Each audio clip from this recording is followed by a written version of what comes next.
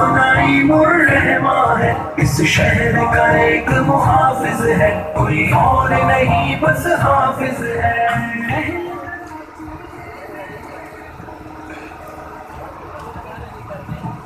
الحمدللہ رب العالمین، والصلاة والسلام علی رسولہ الکریم وعلی آلہ واصحابہ اجمعین، اما بعد فاعوذ باللہ من الشیطان الرجیم، بسم اللہ الرحمن الرحیم، ان اللہ یأمرکم ان تؤدوا الامانات الی اہلہا، صدق اللہ العلی العظیم۔ انتہائی قابل احترام برادر مکرم سید عبدالرشید صاحب، ممبر صوبائی اسمبلی لیاری کراچی سندھ بھر کے لوگوں کے ترجمان، اور میرے بہت ہی قابل احترام ذمہ داران جماعت اسلامی، اس یونین کونسل کے لیے چیئرمین کے امیدوار جناب سجاد احمد خان سواتی سنگی، اور ہمارے وائس چیئرمین صاحب،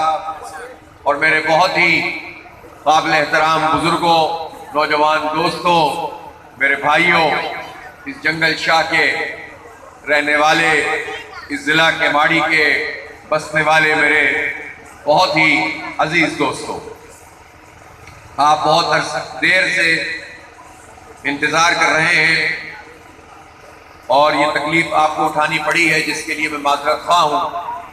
لیکن ظاہر ہے کہ اس وقت ایک چومکھی لڑائی ہے جو لڑنی پڑتی ہے، سازشیں ہی سازشیں ہیں اس شہر کے خلاف، اس شہر کے رہنے والوں کے خلاف، اور ان سازشوں کا مقابلہ بہرحال ہر محاذ پہ کرنا پڑتا ہے۔ آپ دیکھتے ہوں گے کہ صوبائی اسمبلی میں سید عبدالرشید صاحب کس طرح تنہا پورے شہر کراچی کے لیے آواز بلند کرتے ہیں۔ وہ لیاری جو پیپلز پارٹی کا گڑھ سمجھ کر وہ سمجھتے ہیں کہ جو چاہیں ہم کرتے رہیں، کہ وہاں بھی ان لوگوں کا مقابلہ کرتے ہیں اور آپ کا مقدمہ ہر جگہ پر لڑتے ہیں۔ اسی طرح جماعت اسلامی کے تمام ذمہ داران اپنے اپنے محاذ پر ڈٹے ہوئے ہیں، اور چونکہ ہم کراچی بھر کے لوگوں کے لیے ایک زبردست تحریک لے کر چل رہے ہیں، کراچی کے حقوق کی تحریک، کراچی کے نوجوانوں کے لیے روزگار کے مواقع، تعلیم کے مواقع، صحت کی سہولت، ٹرانسپورٹ، پانی اور بجلی، گیس کے بحران سے نکلنے کے لیے ایک زبردست جدوجہد لے کر چل رہے ہیں۔ اس لیے ظاہر ہے کہ اس میں مصروفیت بھی ہو جاتی ہے۔ آپ نے شاندار استقبال کیا، میں آپ کا شکر گزار ہوں۔ ہم جو C8 سے بھی، 9 سے بھی، 10 سے ہوتے ہوئے اب آپ کی اس جگہ پر موجود ہیں، اور میں توقع رکھتا ہوں کہ آج کے اس جلسہ عام کے بعد، کارنر میٹنگ کے بعد،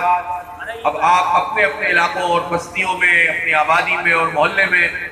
اس پورے کام کو سنبھال لیں گے کہ جو الیکشن کے لیے بھی ضروری ہے اور تحرک پیدا کرنے کے لیے بھی ضروری ہے۔ آپ کو معلوم ہے کہ یہ الیکشن 24 جولائی کو ہونا تھا، اور 24 جولائی کو بھی جو الیکشن ہونا تھا وہ بھی تقریباً 2 سال کے گیپ سے ہو رہا تھا۔ اگست 2020 میں بلدیاتی اداروں کی مدت پوری ہو گئی، اس کے 120 دن کے اندر الیکشن ہونے تھے، لیکن صوبائی حکومت نے ہمیشہ کی طرح ایک غیر جمہوری رویہ اختیار کیا، اور انہوں نے الیکشن سے اپنے نمائندے منتخب کرنے سے لوگوں کو محروم کیا۔ جماعت اسلامی نے ان کا مقابلہ کیا، اور ہم الیکشن کمیشن میں 2021 میں گئے، اور وہاں الیکشن کمیشن نے ہمیں پھر بلایا۔ ایک طرف جماعت اسلامی تھی اور دوسری طرف حکومت تھی،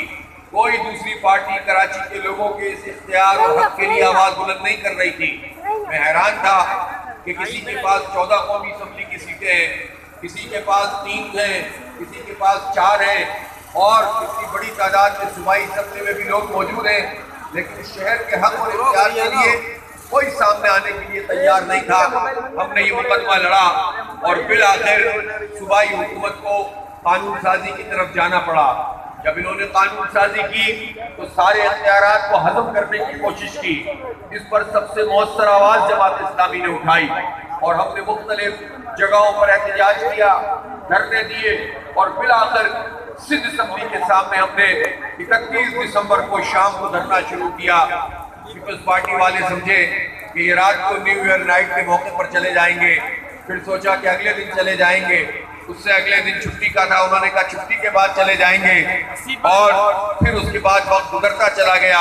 ہمارا وہ دھرنا بڑا ہوتا چلا گیا، احتجاج پورے شہر میں پھیلتا چلا گیا، اور بالآخر پھر پیپلز پارٹی کو جھکنا پڑا. اور ان کے وہ وزراء جو یہ کہتے تھے کہ ساری زندگی بھی بیٹھے رہیں تو ہم ان سے بات نہیں کریں گے،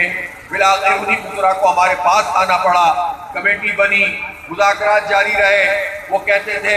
کہ نہیں ہم یہ نہیں کر سکتے، وہ نہیں کر سکتے. ہم کہتے تھے تم ہمیں اختیار نہیں دے سکتے اور اس کا اعلان نہیں کر سکتے تو ہم بھی یہاں سے نہیں جا سکتے. پورے 29 دن کا دھرنا ہم نے سندھ اسمبلی کے سامنے دیا. کراچی کی تاریخ کا یہ سب سے بڑا احتجاج تھا، اور اس دھرنے میں ہم نے تمام طبقۂ فکر کے لوگوں کو بلایا. تاجر آئے، علماء آئے، طلباء آئے، اساتذہ آئے، مزدور آئے،